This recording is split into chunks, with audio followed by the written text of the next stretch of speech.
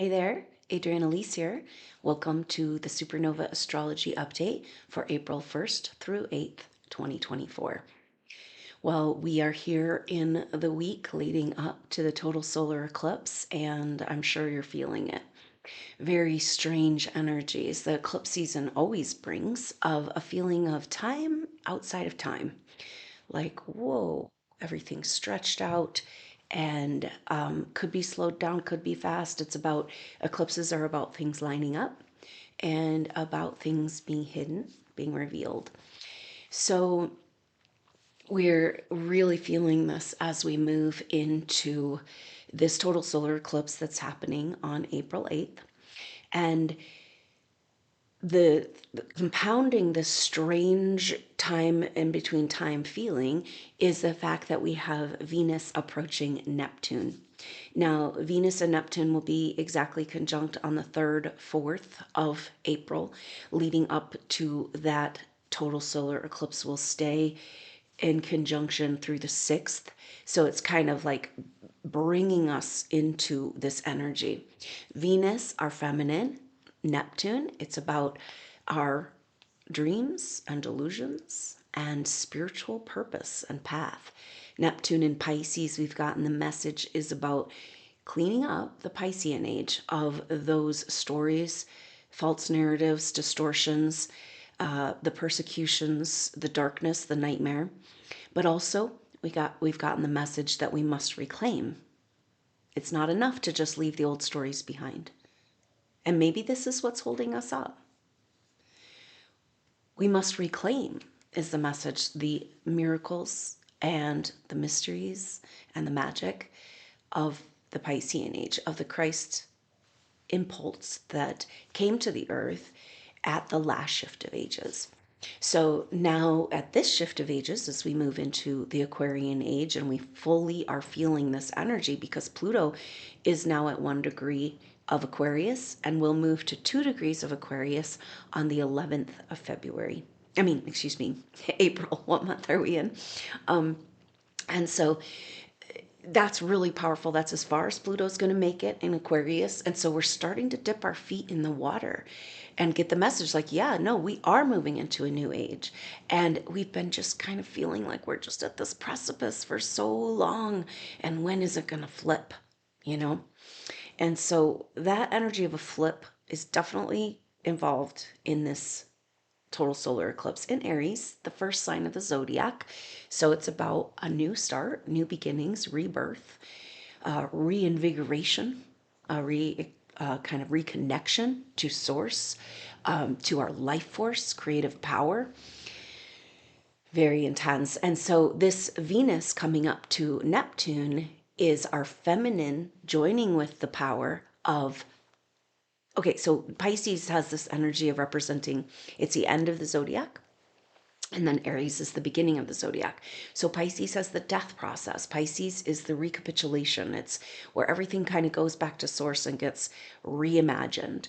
And so it's so powerful to have both Mars and Venus in Pisces while we're having this total solar eclipse. Actually, Venus moves over to Aries. She has her rebirth, annual rebirth, or she takes about 2 years, a little over a year actually, to get through the signs. And so on the 6th of April, so 2 days before this eclipse, Venus will cross over. And so it's saying that this eclipse is a rebirth of the feminine. And right now, Venus with Neptune at the very end degrees, 28 degrees. Now, this is weird because 2 and 8 is 1. Now, Neptune will not actually make it to 28 degrees until the 4th, the day that they come together.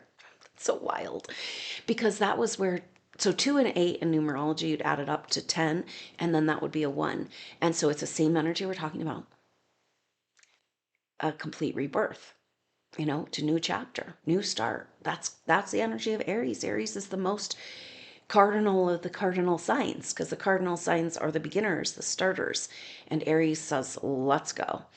So very powerful there. And it's really interesting that Venus, remember that retrograde that happened back in July, August, September of Venus last year in Leo. And it started, interestingly enough, at 28 degrees of Leo. And so it's really powerful that Venus is coming together with Neptune at 28 degrees Pisces, because this is as far as Neptune has ever made it in Pisces. Never made it before to 28 degrees. It's new territory. And Neptune is coming to the end over the next year and a half of its time in Pisces. So it's a completion of the rehash, re-examination, and healing of the Piscean age. So Venus coming up to Neptune at 28 degrees is talking about the end game and a new beginning. So where Venus was when Venus turned retrograde at 28 degrees Leo, Mercury was right there. And that's really powerful. And that 28 degrees Leo marker is in inconjunct relationship to where Neptune and Venus will be this week in Pisces. So it's across the way and one sign over, and that's an inconjunct. The inconjunct energy is an adjustment that needs to be made. And so it's saying that for us to rebirth into our new world, like, we must have an empowered feminine, Venus and Leo. We must have an empowered feminine. And this is just so much that's coming forward. And that's why Venus has been so important, because we're finding that we cannot move forward out of the Piscean age into the Aquarian age, into our new world, into our abundance, our golden age that's been promised to us, our deliverance, our inheritance. We cannot do that if we don't feel worthy of receiving. And that's our relationship to the mother and feminine, right? So it's like you can have this great relationship to the light, to spirit, to Yeshua as a representative, as God, and still not feel that you can bring it into your heart. And it's the mother who allows us to do this, to receive the Christ light. I mean, Yeshua, beautiful, amazing being that showed us so much and had lots of incarnations on earth, actually, but is not of earth.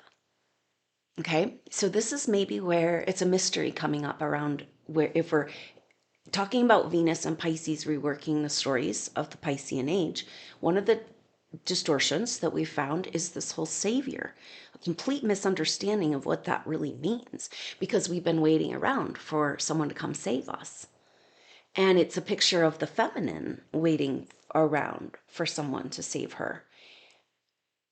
And if we step back from this and really think about it, it's like Yeshua, Jesus the Christ, it's like that's an energy that's coming to earth to join with earth. And so, like, Yeshua is really a visitor here, like we all are, but it's the mother's world. And so we cannot expect, as bright and beautiful as the Christ consciousness, the light is, the feminine must save herself. It's her world, right? She cannot expect somebody to come and kick the robbers out of her house. She's got to do it. And this is what's happening, Mother Dragon. This picture we've been given of the power, the living soul of earth awakening. Like, we're awakening to who we really are, and she's awakening to who she really is. And it's like that infection of the harmful technologies and the dark stuff that's hurting and harming humanity. It can't be here anymore, you know? So we could see this as a metaphor in our own bodies or in the physical body as we look at attaining health.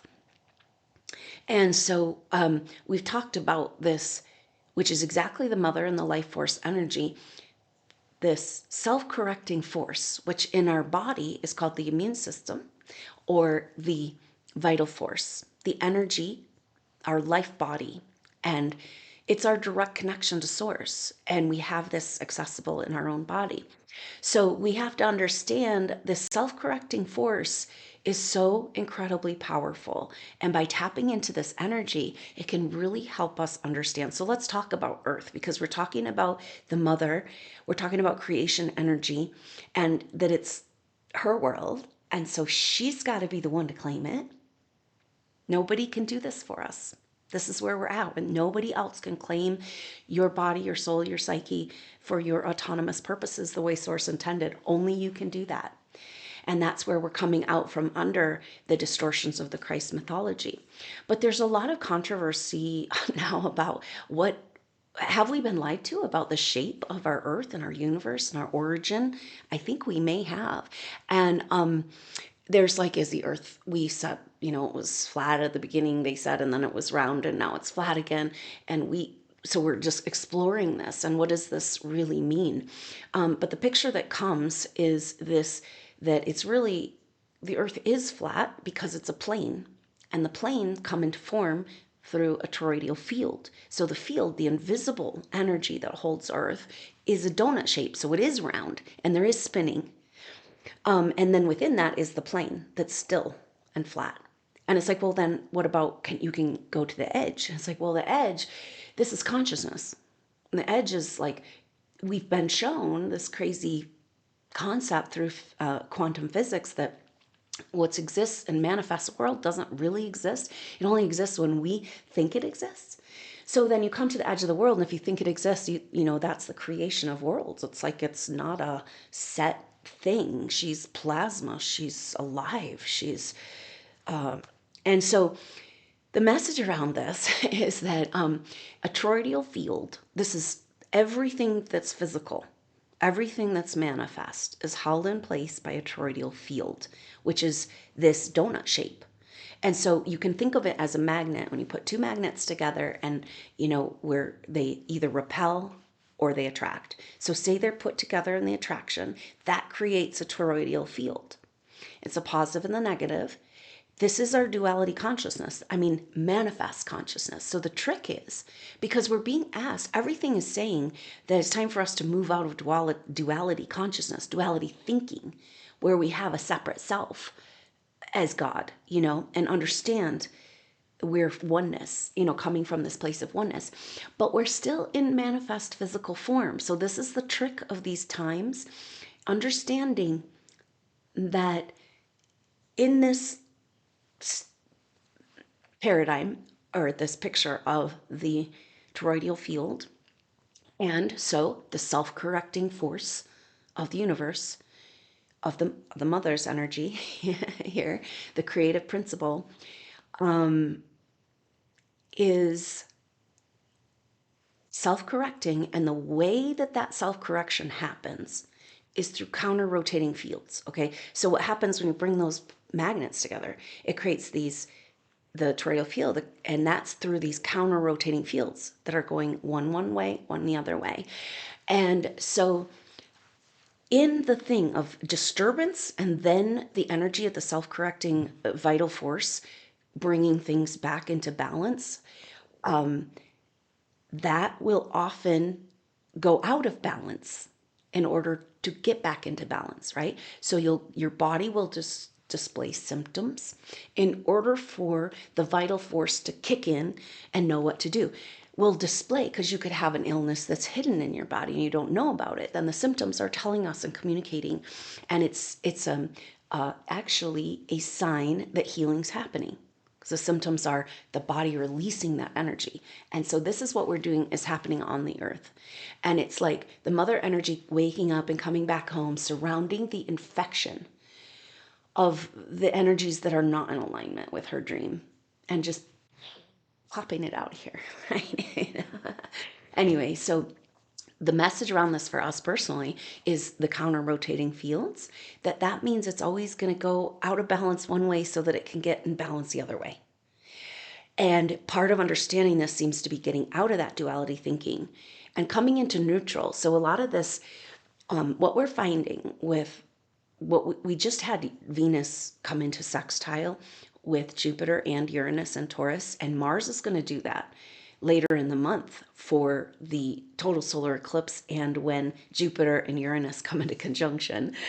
Very powerful. That'll be the 19th and 20th when Mars sextiles up with those planets.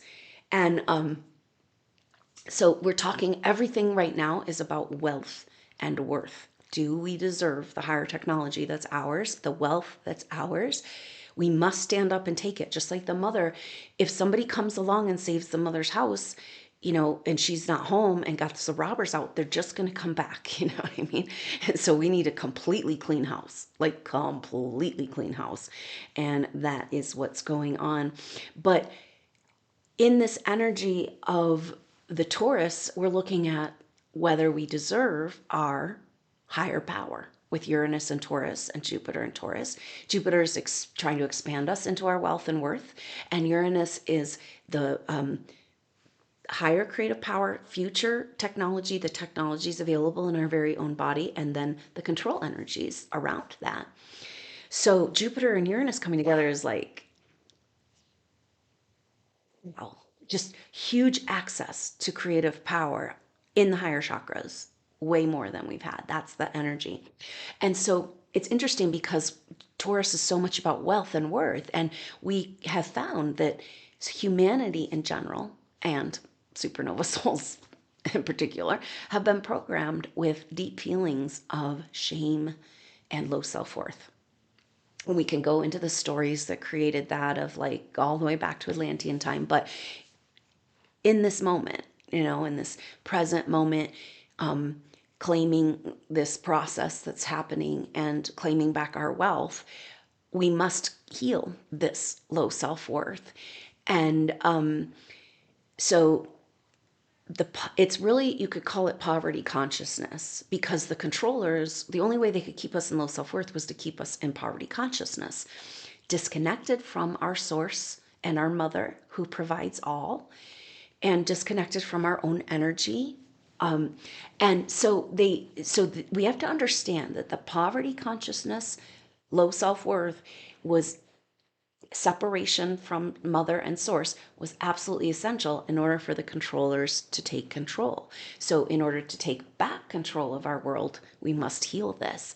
And so when we're talking about this Jupiter-Uranus conjunction, and a massive expansion into our true energetic wealth, opening the forbidden door of our pineal gland, our all of our beautiful, amazing glandular system.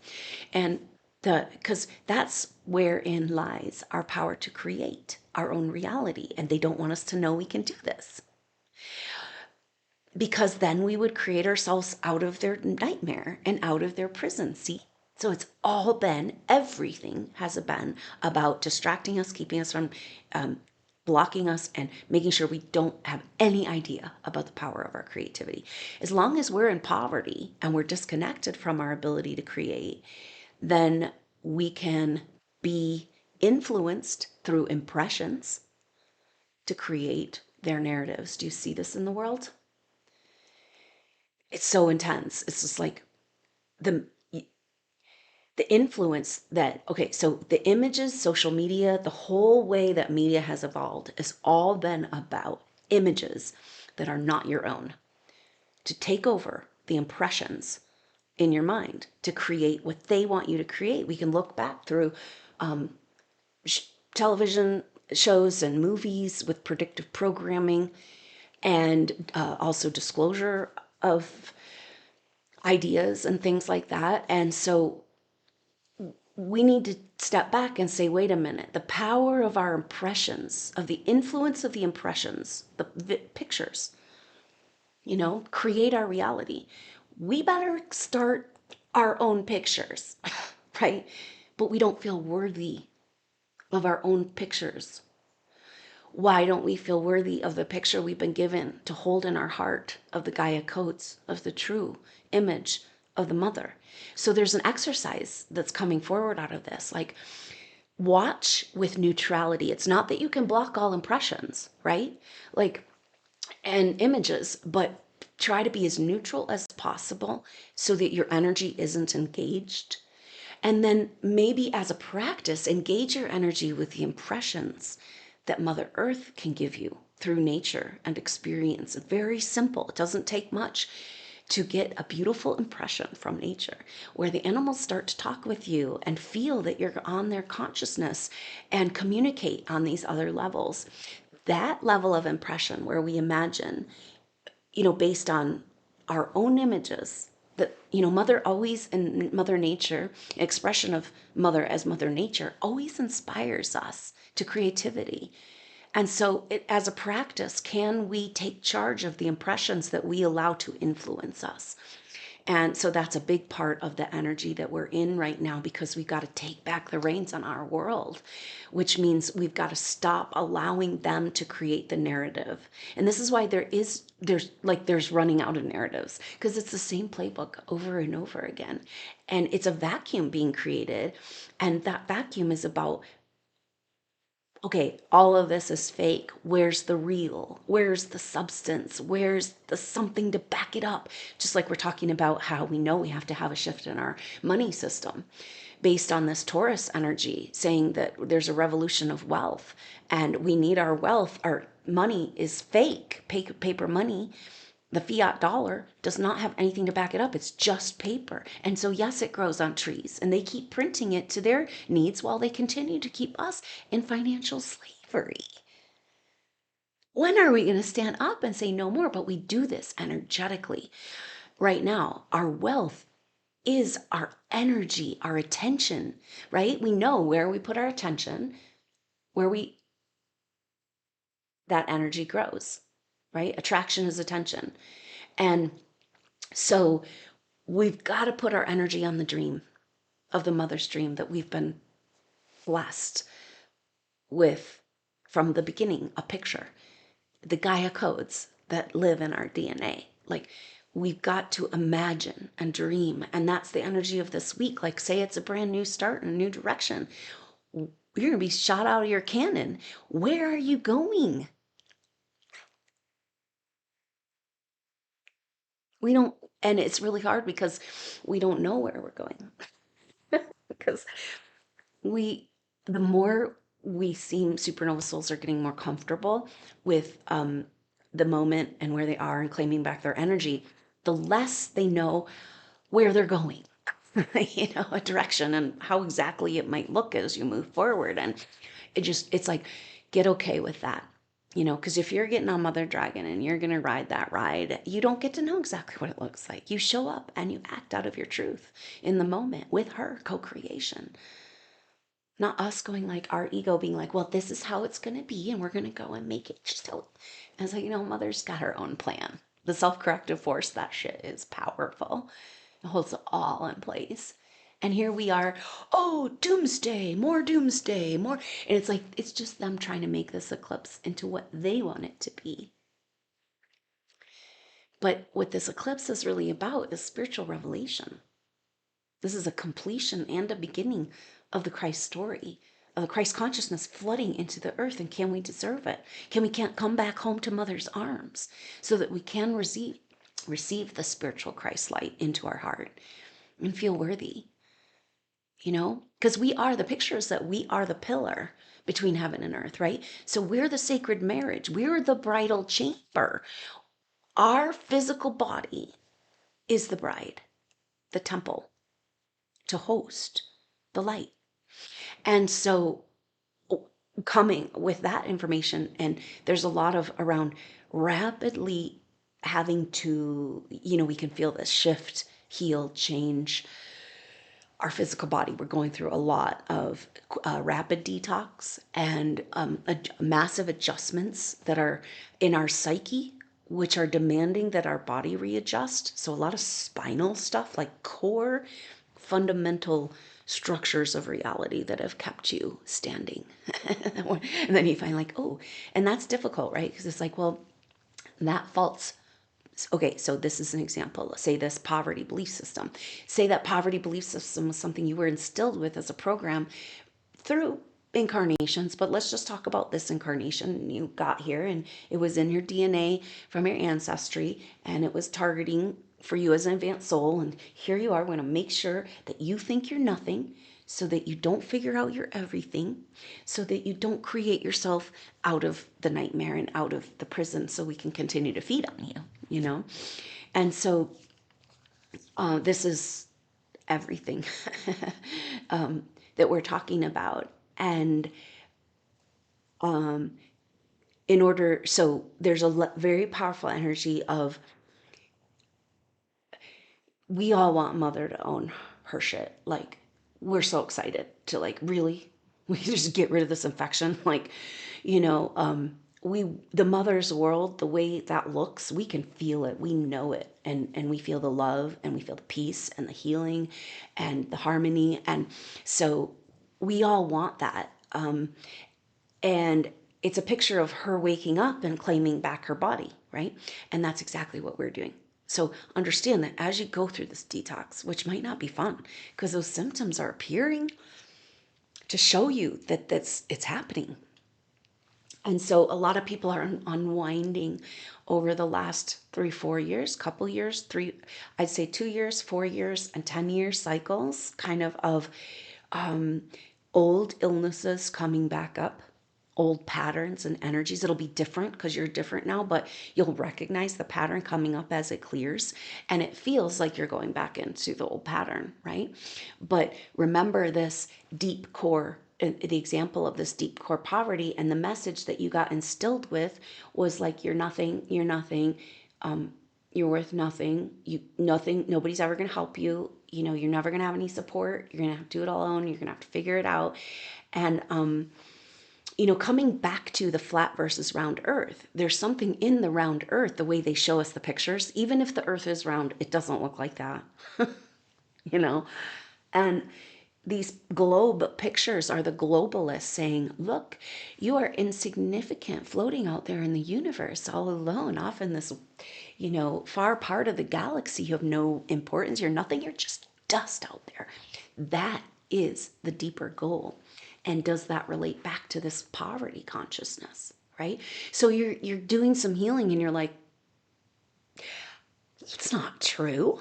You find these belief systems, the programs, and they will form in your body, as like energy cysts and toxicity. And that is where, if you have a restriction from an injury or an energy, or where you're holding on to your body, that's where the toxins and the nanotech are going to build up. Remember, we've all been poisoned with self-replicating graphene creatures.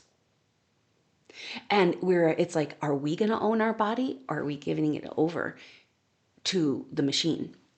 And so this is why we have no choice but to go through a rapid detox healing to claim back our body.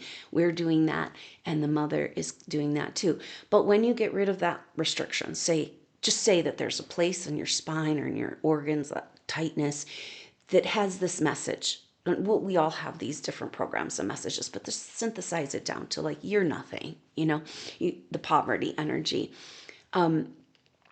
And say you find that, you're like, that is not what I believe about myself. It doesn't fit me. It's not who you are. And yet it's been a part of you. And so when you go to remove that part, which we need to, right? And be like, no, right? That was us being influenced by their impressions. And now we say no, because I can feel the cosmic source moving through my body. I can feel the connection of the mother. I'm in the abundance of the mother. That's just a total false belief. And so this is the type of thing we're just like throwing it off. But then it's quite vulnerable, because as much as that was not a healthy belief system, it didn't fit you, it's not who you are on any level, it still is holding you up. So this is where we are rapidly transforming and dropping the constructs, reconfiguring our whole being, just like the mother. And if we think about that, like, oh yeah, I'm helping out the mother because I'm owning back my body, and she's helping me because she's owning back her body, and this is cool, So everything leading up to this eclipse, is the energy this week is definitely Venus and Neptune, and that we start feeling that today.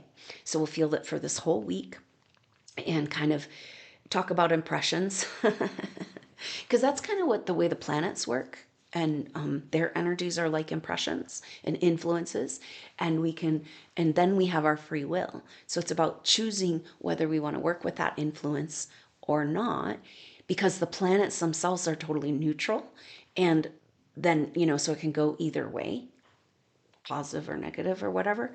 And so we're in this dance. And it's all about understanding that we are more powerful in our human will than all the influences. That's what came through the Edgar Casey readings around astrology again and again. I was like, "Ooh, you got this intense, something's going on, right? In a transit or the chart." But you're more powerful than that influence. And when you're more powerful, that influence, you can take that energy and do the Jedi mind tricks that the mother knows how to do to self correct and recorrect. Because this is the picture that I'm getting.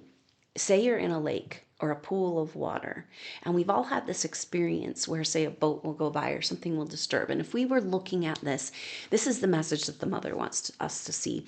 And maybe it's the water with Venus, Neptune, because really, when we're talking about the mother, we're talking about all the elements, all of the created manifest forces that create life, the building blocks of life, all the elements, all the minerals, and the creative force. So when we're talking about the mother, we're really talking about we're talking to the water. The water is the mother, and the mother is her energy. The soul is in the primary waters, the deep waters under the earth. They don't want us to know about this primary water system.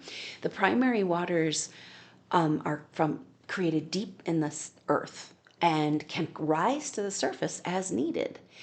And they're forged in the molten lava deep in the earth. And these waters, it's funny because we call them primary waters, but what Dr. Emoto found working with water is that the more primary the water, the more actually, we would say primary meaning simple, like kind of primary building blocks. But the more primary the water, the more structured it is, meaning it has a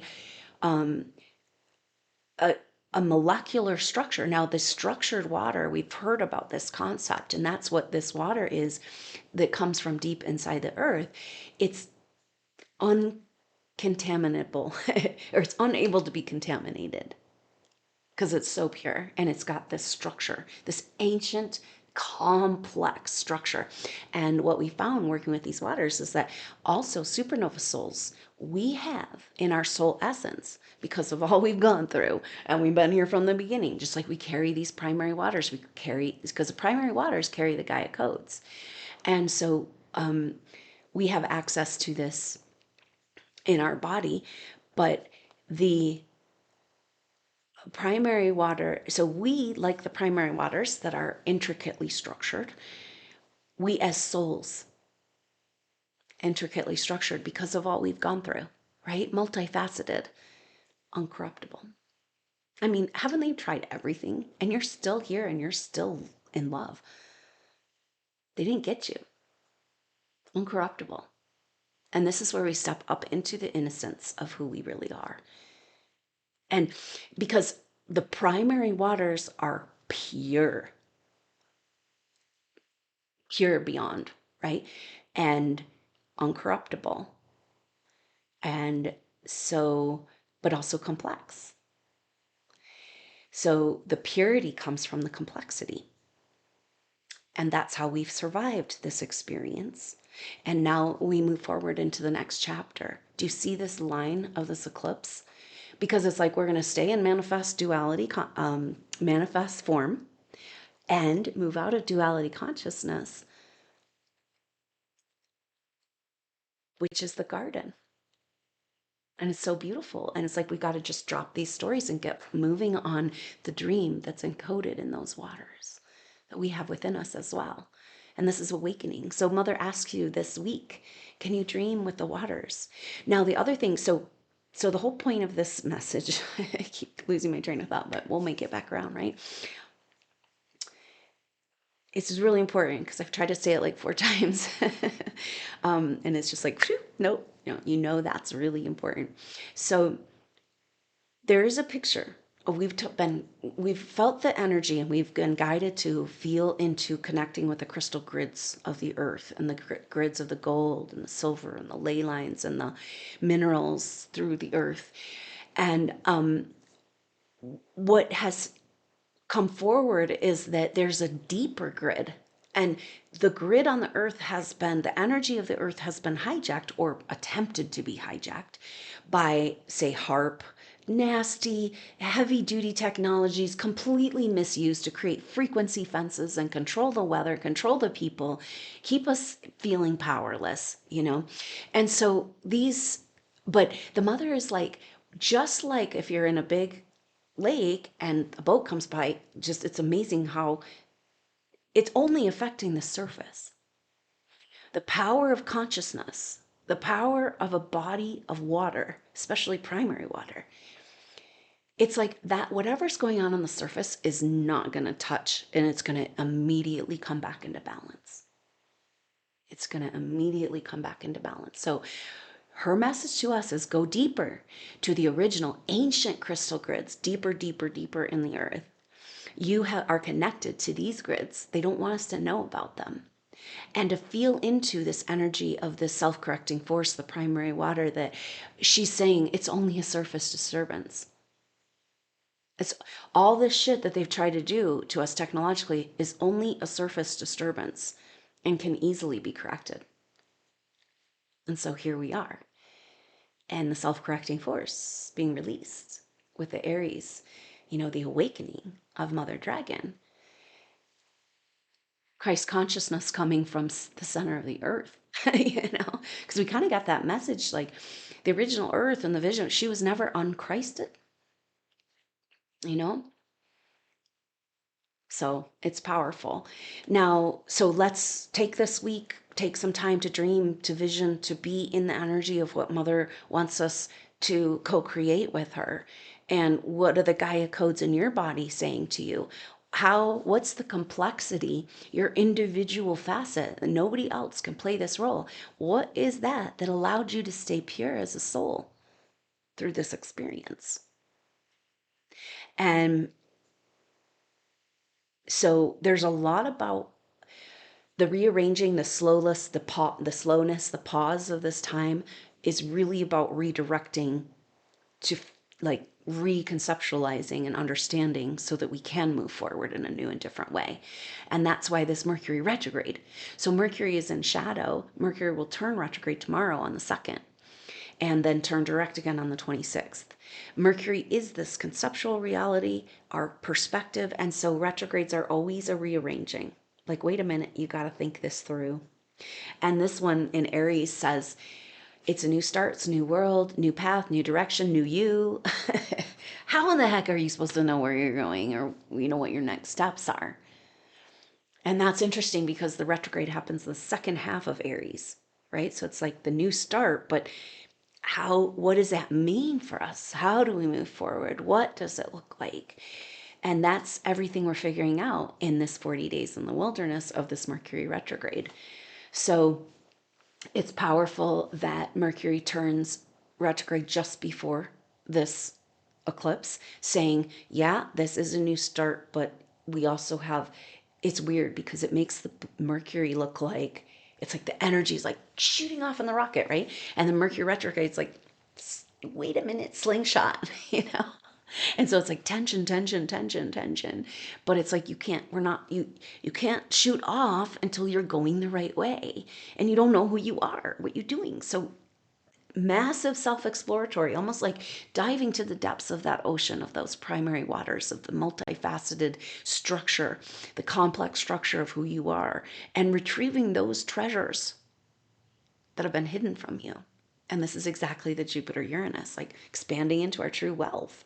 Because we're finding like everything we've told is wealth is not wealth at all. Paper, money, all the shit you accumulate in this physical world, you can't take that shit with you. And then we have to ask, well, what is wealth then? And we come to the conclusion that the only thing we take with us between lifetimes, we drop it all, right? You drop who you are, your role, your body, whether you're a male or a female, whether you're this or that, or this nationality, or all that shit, all your accumulations in your bank account and all that, you drop it all.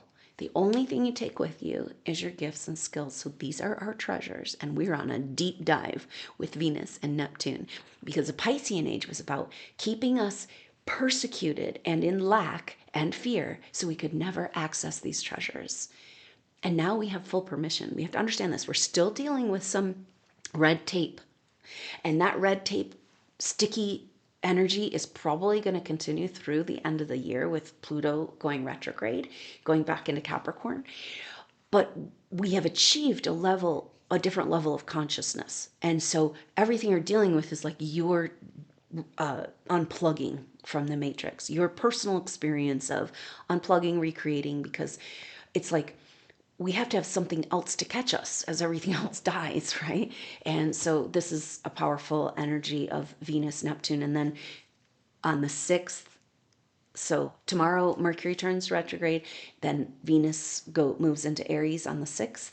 And so that's this rebirth of the feminine and telling us that us owning our power back, because this is Aries, taking back our power, because remember this new moon eclipse is exactly conjunct Chiron at 19 degrees, which is where Chiron is in the US birth chart. So it's America's Chiron return, which can mean a near-death experience or an experience of taking back our life force, taking back the life, the energy, what's L'America has been sucked dry by the control forces and the central bankers and all the manipulated, powers have taken over, and we, the people, have the power. There's so many more of us, and we're the ones who have actual energy. Create AI robot clones all you want.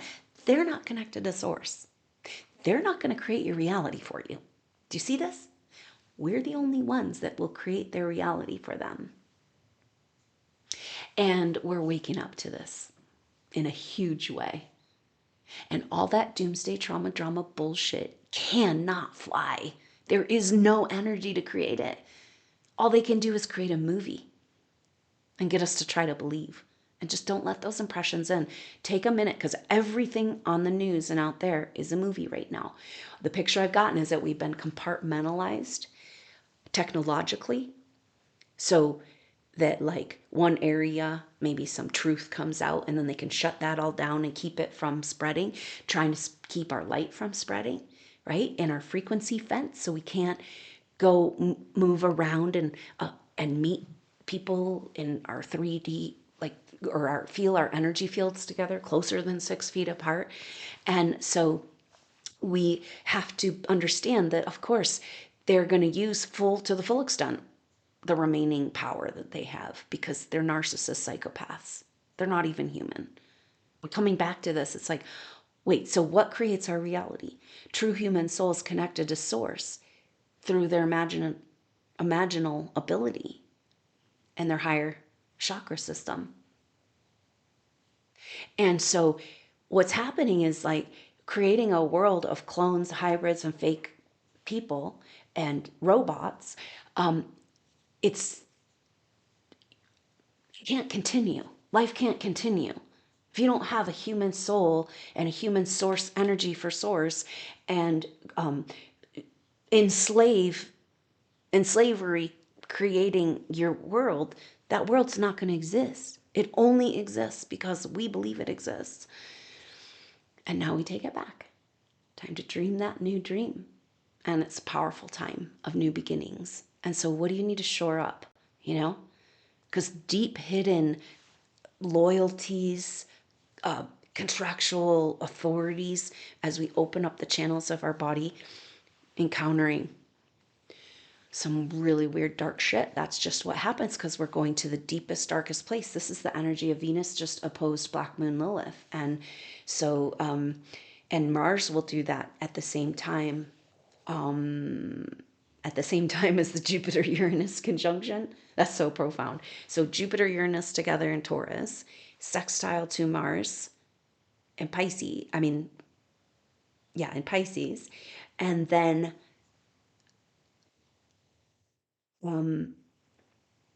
also opposite Mars, opposite Black Moon Lilith. So saying that claiming back our higher intuitive power, our energy that's ours, our narrative, our dream, our vision is about, again, and where we started, we must be coming to the end, empowerment of the feminine, right? You know, bringing her back to her rightful place, right?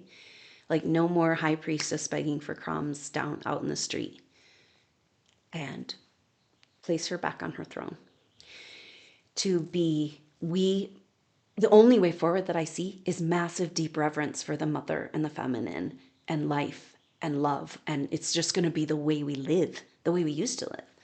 Walking around in ecstatic existence of like, I can't believe I get to have this moment in the garden and create and co-create and live in this beautiful harmony, healing. You know, like we have to recreate that and create it in a new way if we're going to move forward. We don't get out of this without recorrecting, right? So say you did clear some dis-ease or distortion or toxins in your body, then we also want to replace it with our own energy, right? That as we remove those things, we want to take hold of this consciousness, take hold of our world, take hold of our dream, and own it.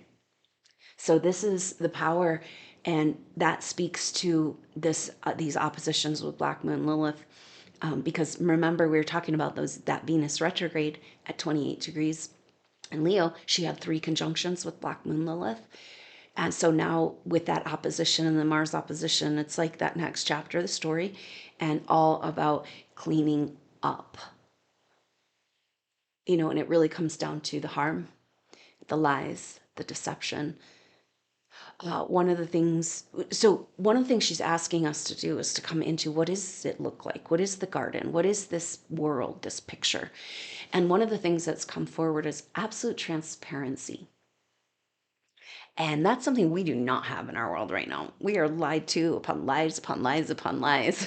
You know, and it's hard. It's like, oh, we're going to self-correct, right? We're self-correct back to the mother's world and laws and rules. But that does create symptoms of expression and healing and detox.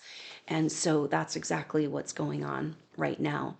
And it's all the fight for life, an Aries fight for life force, the fight for to survive and to thrive, not just survive.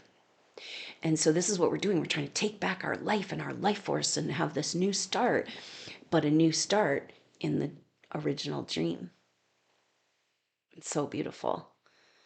So it's powerful that Mercury retrograde is going to come back, and get this, because we were saying that when when Venus was at 28 degrees turning retrograde, Mercury was there at 28 degrees.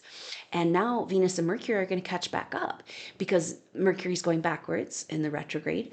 And so Venus and Mercury come together on the 19th of April at the exact same time when we've got the Jupiter-Uranus conjunction, sextile Mars, opposite Black Moon Lilith, all that.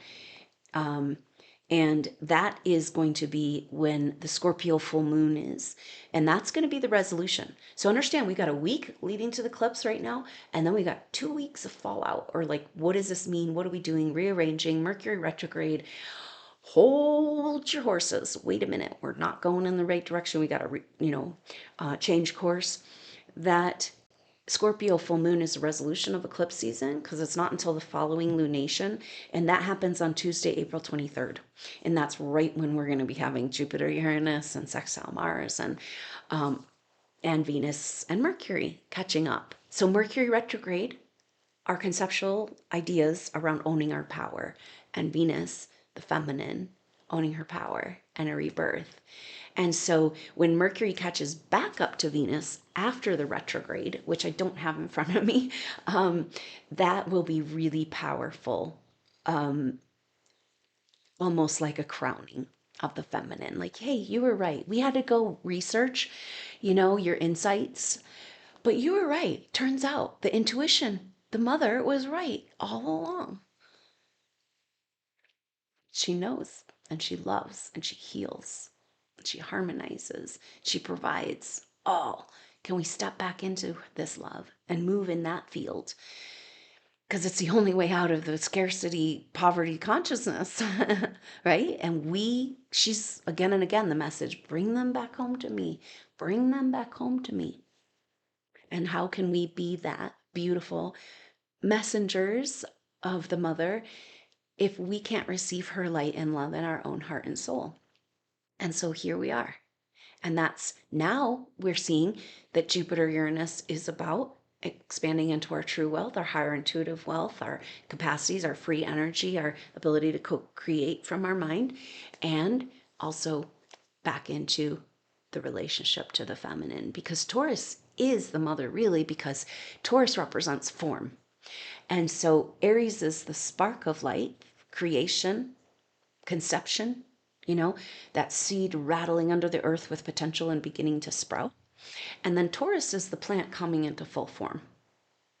So Taurus represents everything we need to survive in the physical world. And that's where we get this scarcity bullshit, right? We don't deserve, and this disconnection. And so that means Jupiter-Uranus conjunction is hooking us back up to the mother as well as our higher faculties, because guess what? They must be connected. We're talking about the creative power in our own being. This is why, whether you have been in a male or a female body, because we've all played both, that's just who we are as advanced souls. We want to experience all of it. But whether you were in a male or a female body, if you were persecuted or targeted for the light that you are, that you were targeted because of the feminine in you, your intuitive side, your loving side, your healing side. And so this is what we're all healing. And we come back. Think about this. Coming back to the mother, we're coming back activating. Is this our deep secret treasures? Healing powers? Wow, won't that be beautiful for supernova souls to get together and share their healing powers with each other, practice and learn and grow together and receive and give. And this is our new world. This is how we co-create it, by doing the mother's work in the world. So we must bring it's about coming back to balance, right? That self-corrective force. So it's kind of like we went to way, way, way over here with the patriarchy, so far away from, so there's a swing back to the understanding, the serious devotion and love and worship of the feminine as our living, breathing mother goddess. We get to walk upon and co-create with a living goddess. And that's really beautiful. So creating spaces that celebrate that and give an experience of what it's like to connect with the mother, that's a very beautiful picture. This is what the next month or so is about. Clarity on how are we going to move forward once this retrograde resolves, because Mercury, like I said, turns direct on the 26th of April at 15 degrees Aries, and it's going to go back through the second part. That's going to be intense. The end of April into May is very activating and culminating with that, the Mercury coming out of shadow on the 14th of May. And then Mercury will move over into the sign of Taurus. That'll be the completion end chapter of this Mercury retrograde and eclipse season, because they correspond. Because Mercury's like out of Aries finally, because Mercury will have been in Aries for 2 months, pretty much. It's a long time for Mercury to be in Aries. And Mercury is already like activated and mental, and like in Aries is like buzzing. And we're also feeling that from Jupiter and Uranus come together, because Uranus really affects the nervous system. And so we're just getting upgrades and downloads and adjustments, and just keep breathing, keep loving, keep doing what helps your body adjust, and know that we're in the self-correcting healing process. So then Mercury will square up with Pluto. This is so powerful, because remember the last Mercury retrograde, it was in January, resolved in January. And right after Mercury did that retrograde, Mercury then finally caught up to Pluto. So Mercury came very close to Pluto within 4 degrees, I think, went retrograde, and then finally caught back up to Pluto. It's really powerful that at the end of this retrograde on the 18th of May, Mercury squares Pluto. And Pluto will be, let's see, hold on, this is important. Where did I write it down? Pluto will still be at 2 degrees. So that's really powerful because that's as far as Pluto makes it in Aquarius, and Mercury square Pluto at 2 degrees Aquarius. There's some very powerful information for us. What does the autonomous soul that's claimed their power and their gifts and their facets and their soul, what is their role in the Aquarian age? What is this about? What are we doing? And so there's could be a lot of clarity that comes at that time. Also, Pluto breaks down, right? So it's like a lot of breaking down of the false concepts and realities that have been keeping us imprisoned. And that's kind of like the culmination of this whole eclipse, Mercury retrograde. That's the energy of it. It's like, all right, we've been going through all this, all the stuff's coming off, all the stuff is coming up, and then it's like those things that have not been able to be dropped or resolved. It's just like just break it, just break it off. Break off that dead branch. It's not serving you anymore. Grow a new one, because we just found out we have this power to regenerate. This is the deeper mystery. If we come back to healing the distortions of the Christ mythology, the deeper mystery is that the Christ consciousness, the resurrection and the transformation into light body, it wasn't actually a transformation. It was on a cellular level. He regenerated his body, showing us we can do that and more. And that might be what we're learning to do out of pure necessity, not even realizing that if we're unawares and asleep, our body is being taken over by AI technologies right now, And so this is why the Aries energy, we're claiming back life and life force. And the US, America, claiming back its power with Chiron return, because Chiron, so everything about this eclipse has to do with America and the original dream and vision of what America wanted to become. And she was seen as a goddess. Amazing, never-ending, fertile farmland that needed to be protected and honored. And this is where we're coming back to this goddess Columbia. So the sun and the moon in exact conjunction to Chiron for this eclipse. And so Chiron is our deepest wounds. In Aries, it's where we gave our power away, where we gave our life force away, where we gave our identity away. And so, but underneath the wounds of Chiron is the superpower. And so it's unleashes. I think that could be it. This eclipse could be an activation of our superheroes, that are just like supernova souls, not really knowing what they're doing, and all of a sudden activated into their power. Our superheroes returned to the earth fully present in their bodies, literally incarnating that bigger part of yourself we've heard about through the supernova story. So that's really powerful. And so the superpower of Chiron in Aries, the magical healing power, has to do with life force and direction of life force. Now, this is exactly what Yeshua, his whole being, and what he brought, what he was teaching us, is the right use of energy, which is actually the mother's teaching. When we say that the mother's taking back her world and all must come into alignment, that's exactly the right use of energy. So was Yeshua representing the mother in her teachings?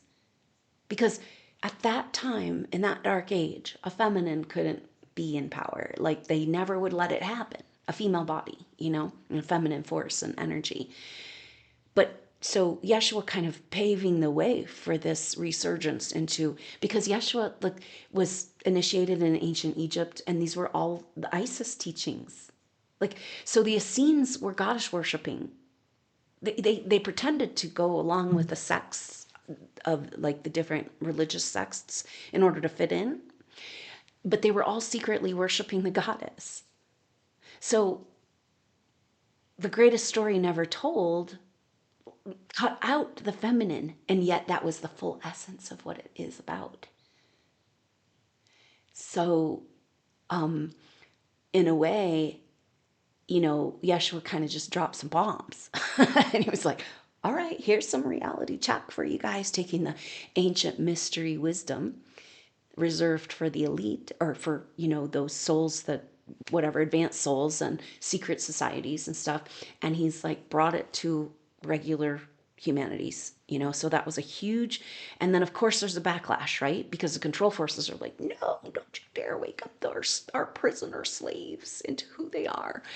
And so we are, in order to receive the second coming of Christ consciousness, we've gotten is our body, like we get a Christ body, our garment, his body, but our body's the earth. So it's like we coming into connection with the earth, back into connection with the earth, and our body is the earth, so we can receive our garment of light and be that pillar between heaven and earth, be the bridal chamber, the temple where the divine masculine and the divine feminine can come together in the garden in peace and harmony again. Because everything's with the South Node in Libra, we're just talking about everything that's been coming up, the deep wounds of the masculine, deep wounds of the feminine. And we both got both sides because we've been in male and female bodies, And so we're healing these deep betrayals. And like I said, the feminine realizing that she can't wait around for a man to save her because it's her world. She's the only one who can take it back. Just like nobody can fight our battles for us. Nobody can claim our soul. Nobody can heal our body. Like really, we in our will, our human will, must grab a hold. And that's the energy of Aries. It's a massive activation of will. Now, Aries is interesting because it's a fire sign, cardinal sign. They're often leaders, but in a way of like, come on, you guys, let's go do this, not so much agenda. And they are pretty easygoing. Aries likes everybody to get a chance to be a part of it, but they will not tolerate bullying either. And so Aries, the fire and the anger of Aries comes when they're pushed into a corner or when they feel that they have to defend mostly usually other people, in righteousness. So this is what we're doing. Chiron at 19 degrees Aries in the US birth chart is America standing up to defend the righteousness. If she's the garden, if she's Lemuria, the Columbia, goddess Columbia, nobody can save her. She must claim back her world, her way, and that's what's happening. So I'm so glad that we get to be a part of it and a part of it together. So thank you so much. Look out for an event or a meditation for this eclipse, total solar eclipse. That's Monday, April 8th. And that happens at 12:20 p.m. in Mountain Time. So on Tuesday next week, wow, we really want to be present. So look out for a way to connect around that, and we'll see what unfolds. So thank you so much, SuperNova Souls, for your support, being a part of the membership group. It means so much to me to further this work, our world, our vision. And so $10 a month gets you into the Telegram chat and a weekly update video and lots of resources for SuperNova Souls. The $20 a month includes the new and full moon activation, as well as sharing circles afterwards. So I hope that you'll consider joining, and thank you so much for your offering of support. If you want to make an offering without joining, there's a donation link in the information box below. So thank you so much for your support and for being with me, with us, SuperNova Souls on our team. What we're finding more and more is that even though we're so spread out all over, we're so connected. And there's a certain number of us, like there's a certain amount, and everybody has a place, a role. Like nobody else can play your role. And that's that picture we got of being a petal on the multi-petaled lotus that is our beautiful mother's dream, and taking our place. Nobody else can do it. Nobody else can do the work you came here to do. And I know it's scary, but we're being asked to stand up and take our place. And the more you do that, the less you know what it actually looks like. So just keep breathing, keep loving, and know that things could look very differently as far as clarity and direction in the next, after the next 6 weeks. So happy eclipse season, and Mercury retrograde, so incredibly powerful. The other thing that's happening is just after the eclipse, Mars comes into a conjunction with Saturn. And so it's just so powerful to have Venus and Mars both in Pisces. And it's like the role of the feminine and the masculine in the dream. That's why we've been having the wounds come up. And that Venus comes up with Neptune, Mars with Saturn. Oh, it's so intense. And we'll feel that. We start to feel Mars and Saturn together right at the eclipse, the day before the eclipse. And then we'll feel that through the whole next week, a little over a week. And so Mars and Saturn is so intense when they come together because Mars is our activator. It's ruler of Aries. So he's on fire because we got all this Aries energy and coming up to Saturn. And so this is our masculine coming on board and building the dream, right? Like the enforcer. Venus came up with Saturn and now with Neptune and saying, this, the mother's world, what about it? This is the way we were meant to do it. This is what it looks like, you know? And then Mars says, all right, let's build it. I see the dream. I fell back in love with her and I just want to build for her beautiful things that celebrate and honor, you know? Because when the feminine is supported and honored and worshiped, the feminine creative principle, it's free energy. It's a never ending source. It's like a fountain. And the more we are in love and gratitude and connection and co-creation, the more the energy flows. More is more. That's where it's like, we got to flip the switch on that scarcity program, you know, and claim back the dream.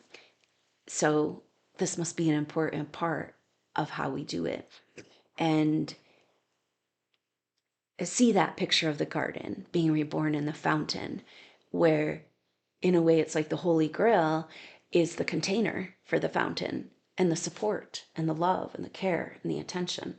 And then the fountain can be an overflowing, never ending source of light and love and hope and growth and healing and nutrition and everything we need. And so it seems to be what this Aries new start is about, right? The pendulum's got to go back to the goddess. And thank God we found ourselves in her lap. We've already done all this work. And now we got to receive deeper and deeper her love, her protection, feeling cared for and held. Because we have got to come from that place if we're going to bring anybody else to that place. You know? So here's the trick of the Jupiter-Uranus conjunction. It's all about SuperNova souls. Okay, we're figuring out. You got all this abundance. You've got all the wealth. The mother has all the wealth and you have souls. You stand with her. You have all the wealth because you've gone through all these lifetimes and you've earned it. And it's yours. And nobody else can use that wealth. They could try to siphon your energy, but they can't actually use your wealth. And are you going to use it or is it going to rot there? And this is kind of the energy, but what's really blocking us, and we've gotten this from the very beginning, and this is Jupiter, Uranus, and Taurus, do you deserve it? Why is it that people want to be around you? They don't necessarily want to interact with you or give you any energy, but they sure do want to suck your energy. And then you're like taking on all their stuff and managing and constantly trying to stay safe in this world as a light being, turning on your light, stay safer, you know. And why do supernova souls not feel like they deserve to enjoy their own energy? This is our task. Can you be in that place of Mother's Garden where you can enjoy your own energy? Why have you had narcissist relationship after narcissist relationship, everybody trying to suck on you and take your energy, if you didn't have something really good? You know, but we've been like taking on the pain and suffering and the karma of this whole evolution and just like trying to play God, trying to fix it, making it all our fault, you know? And so we have zero permission to rest and enjoy our own energy. And this is a huge thing because we've been doing so much to take it back from everywhere we gave it away. And now this marker says time to learn how to receive your own energy again. What are you going to do with all that? Like this whole story that our rightful inheritance of source energy is ours, but the mechanisms of this world and control forces have kept it so that we only get a trickle and they steal it all along the way. But what if the floodgates open And mother's healing all that shit. And now you've got this massive abundance of energy. This is part of the healing, right? Feeling it in your body, feeling it move, and the fear of it, the resistance to it. But then we have to kind of, this is this course change direction. What would you do with that abundance of energy if you had it back? Instead of dragging your body through this life trying to make it through. It's a big change. Again, that 180-degree turn, and it's exciting. And don't let anybody around you make this eclipse something different. This is a revelation of Christ consciousness and a restart, a new timeline, original timeline. Don't let anyone or anything take the beautiful feelings of magic, of revelation, of miracles, of healing power. Take that from you. Be in the miracle with the mother, and then we can receive this light coming in. So thank you so much, Supernova Souls, for being with me, for being here, making it all through all you've gone through, to be here and be present, be a part of this group. It doesn't matter if you're not a member. It doesn't mean you're not a Supernova Soul. We're all connected, like we said, and we've been connected from the beginning, and now we come back together to knit back together the story and tell the story that was never told. So thank you so much for being here and for your attention and your energy. And I look forward to connecting with you over this week as we prepare for the eclipse. Thank you so much. I look forward to connecting with you soon. Until then, I'm Adrienne Elise. Namaste.